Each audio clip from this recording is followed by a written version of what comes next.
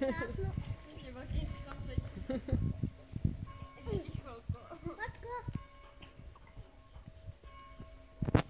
Já jsem vyšla. Já jsem pes. Ale tam budeš strašně špinavý pod tím autem, když polezeš. Mami. To nevadí. Ale radši tam nelez, když tu fakt nelez tam. No to víš, že jo. To je moje postýlka.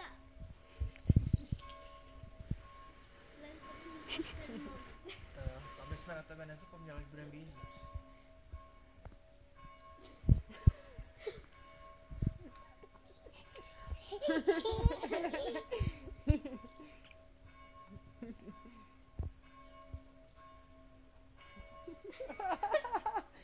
Já ty zvony, to je něco. To tě opět rozrajcuje.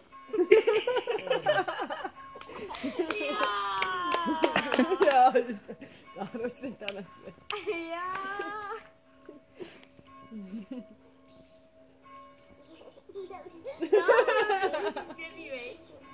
No jasně.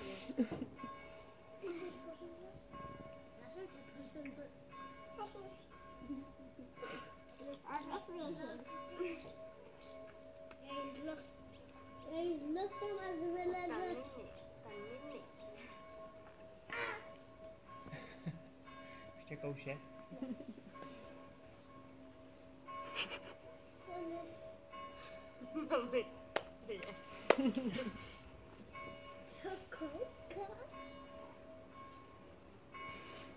To neznáš, Elí, to je tradiční lipčický zvonovej.